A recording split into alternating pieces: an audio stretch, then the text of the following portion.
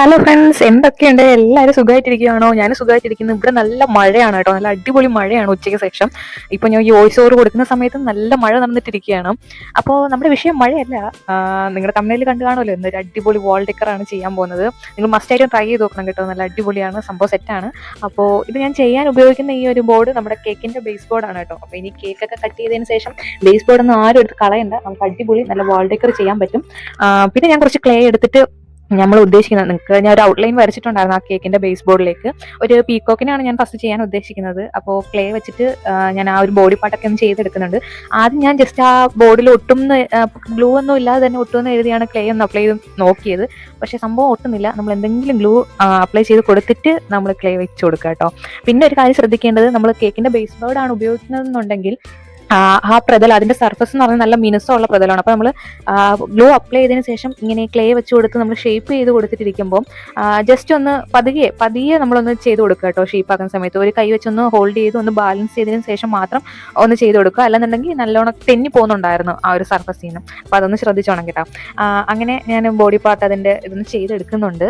പിന്നെ ഇത് കേക്കിന്റെ ബേസ് ബോർഡ് ഉണ്ടെങ്കിൽ മാത്രമേ ഈ ഒരു വാൾ ഡെക്കർ ചെയ്യാവോ അങ്ങനെയൊന്നുമില്ല. നമുക്ക് നമ്മുടെ പ്ലേറ്റ് ഉപയോഗിച്ചും നമ്മൾ ഉപയോഗിക്കാത്ത പ്ലേറ്റുകൾ കാണത്തില്ലേ, അത് വെച്ചിട്ടോ നമ്മുടെ കാർഡ്ബോർഡ് വെച്ചിട്ടോ അങ്ങനെ എന്ത് വെച്ചിട്ടും നമുക്ക് ഈ ഒരു വാൾ ഡെക്കർ ചെയ്യാൻ പറ്റും. പിന്നെ കുറച്ച് ക്ഷമ വേണം, കുറച്ച് ദിവസത്തെ കുറച്ച് ടൈം കൺസ്യൂമിംഗ് ആണ്, അത്രേ ഉള്ളൂ കേട്ടോ.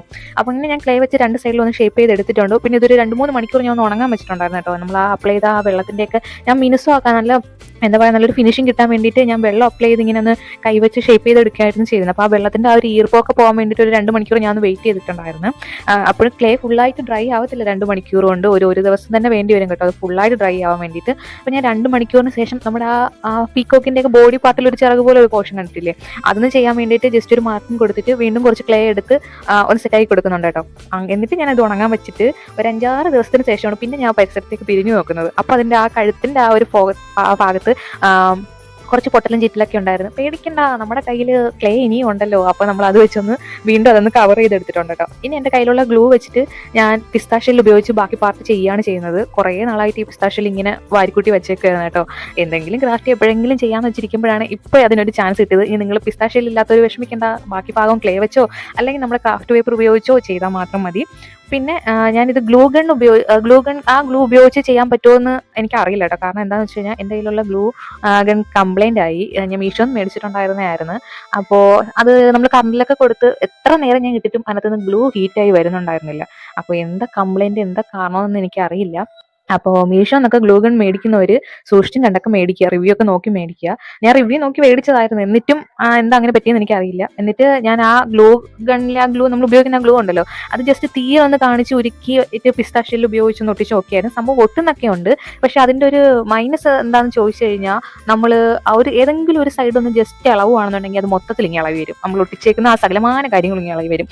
അതുകൊണ്ട് ഞാൻ അപ്പം അങ്ങനെ എനിക്ക് ഇളവി വന്നു കേട്ടോ. അതുകൊണ്ട് ഞാൻ വീണ്ടും ആദ്യം ഉപയോഗിച്ച ആ ഒരു ഗ്ലൂ, B7000 ആ ഒരു ഗ്ലൂ വെച്ചിട്ടാണ് കേട്ടോ ബാക്കിയെല്ലാം ഒട്ടിച്ചെടുത്തത്. എന്നിട്ട് ഞാൻ ബാക്ക്ഗ്രൗണ്ട് മാത്രമല്ല, ബാക്ക്ഗ്രൗണ്ടും ആ ഒട്ടിച്ചതും നമ്മൾ ആ ക്ലേ വെച്ച് ചെയ്തതും എല്ലാം ഞാൻ വൈറ്റ് കളർ പെയിന്റ് അടിച്ചെടുത്തിട്ട് നല്ലോണം ഉണക്കാൻ വെച്ചു കേട്ടോ. നല്ലോണം ഉണങ്ങിയതിന് ശേഷം മാത്രമാണ് ബാക്കി കളേഴ്സ് ഞാൻ അതിലേക്ക് പെയിന്റ് ചെയ്ത് കൊടുക്കുന്നത്.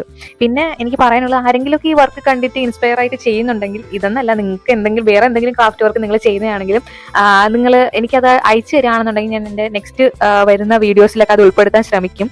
അപ്പോൾ നിങ്ങൾ അങ്ങനെ ഞാൻ ഈ വീഡിയോയുടെ ഏറ്റവും ലാസ്റ്റ് എൻ്റെ മെയിൽ ID കൊടുക്കുന്നതാണ് കേട്ടോ. പിസ്താഷ്യലിൽ ഞാൻ ഇതുപോലെ കളേഴ്സ് പെയിന്റ് ചെയ്യുന്ന സമയത്ത് ആദ്യം അതിന്റെ ബോർഡർ പോലെ ഒരു ഡാർക്ക് ബ്ലൂ കളർ കൊടുത്തിട്ട് പിന്നെ അതിനകത്ത് ഗോൾഡ് ഷെയ്ഡ് കൊടുക്കുന്നുണ്ട്, പിന്നെ അതിനകത്ത് ഗ്രീൻ ഷെയ്ഡ് കൊടുക്കുന്നുണ്ട്, ഏറ്റവും ലാസ്റ്റ് ഒരു ഓറഞ്ച് കളറും കൂടെ കൊടുക്കുന്നുണ്ട് കേട്ടോ. അപ്പോൾ നിങ്ങൾ ഓരോ ഷെയ്ഡ് അപ്ലൈ ചെയ്തതിന് ശേഷം അതൊന്ന് ഡ്രൈ ആയതിനു ശേഷം മാത്രം അടുത്ത കളർ അപ്ലൈ ചെയ്യുക. കാരണം ഇല്ലെങ്കിൽ എല്ലാം കൂടെ മിക്സ് ആയി ആകെ മൊത്തം കുളമായി പോകും കേട്ടോ. അതുകൊണ്ട് ഓരോ ഷെയ്ഡും അപ്ലൈ ചെയ്തതിന് ശേഷം ഓരോ ഷെയ്ഡ് അപ്ലൈ ചെയ്യുമ്പോഴും അത് ഡ്രൈ ആയതിനു ശേഷം മാത്രം അടുത്ത ഷെയ്ഡ് അപ്ലൈ ചെയ്യാൻ വേണ്ടിയിട്ട് ശ്രദ്ധിക്കുക കേട്ടോ. അങ്ങനെ ഞാൻ ബാക്ക്ഗ്രൗണ്ട് ഒരു യെല്ലോ കളർ പെയിന്റിംഗ് കൂടെ കൊടുത്തിട്ടുണ്ടായിരുന്നു. ഇപ്പം ഞാൻ ചെയ്തിട്ടിരിക്കുന്നതെന്ന് പറഞ്ഞു കഴിഞ്ഞാൽ നമ്മൾ ആ പിസ്താഷ്യയിൽ ഒട്ടിച്ചതിൻ്റെ ഇടയ്ക്കൊക്കെ ഒരു ഗ്യാപ്പ് ഉണ്ട്, അത് നല്ല ഒരു വൈറ്റ് കളർ ഷെയ്ഡിൽ കാണുന്നുണ്ട്. അപ്പോൾ ഞാൻ അതൊക്കെ ഒന്ന് ഇതാവാൻ വേണ്ടിയിട്ട് ആദ്യം അപ്ലൈ ചെയ്ത ആ ബ്ലൂ കളർ തന്നെ അതിൻ്റെ ഇടയിലൊക്കെ ഒന്നാക്കി ആ ഒരു ഭാഗം ഒന്ന് ക്ലിയർ ചെയ്ത് കൊടുക്കുന്നുണ്ട് കേട്ടോ. എന്നിട്ട് അതിൻ്റെ സെൻറ്ററിലേക്ക് നമ്മുടെ ഓറഞ്ച് കളർ അപ്ലൈ ചെയ്യാണ് ചെയ്യുന്നത്. അത് ഞാൻ ബാക്കിയുള്ള കളേഴ്സ് എല്ലാം ഒന്ന് ഡ്രൈ ആയതിനു ശേഷമാണ് കേട്ടോ അത് അപ്ലൈ ചെയ്ത് കൊടുക്കുന്നത്. പിന്നെ ആ ബോഡി പാർട്ടിലേക്ക് ഗോൾഡ് ഷെയ്ഡും കൂടെ കൊടുക്കുന്നുണ്ട്.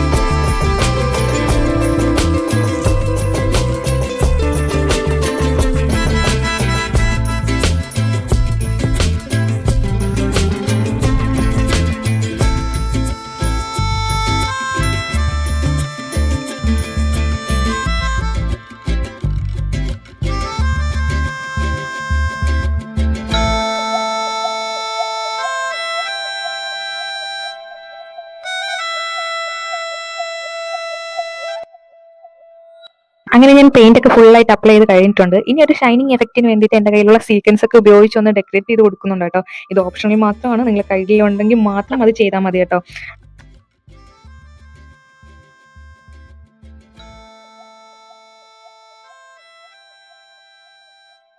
നമുക്ക് എന്റെ ഫൈനൽ ലുക്ക് കണ്ടാലോ? എങ്ങനെയുണ്ട് സംഭവം? സെറ്റ് അല്ലേ? എല്ലാവരും ട്രൈ ചെയ്ത് നോക്കണം. പിക്കൊന്ന് ഷെയർ ചെയ്ത് തരാൻ മറക്കണ്ട. അപ്പൊ ഇതുപോലത്തെ ഐഡിയാസുമായിട്ട് നമുക്ക് നെക്സ്റ്റ് വീഡിയോയിൽ കാണാം. അപ്പൊ ചാനൽ സപ്പോർട്ട് ചെയ്യാനും സബ്സ്ക്രൈബ് ചെയ്യാനും ലൈക്ക് ചെയ്യാനൊന്നും ആരും മറക്കണ്ട കേട്ടോ.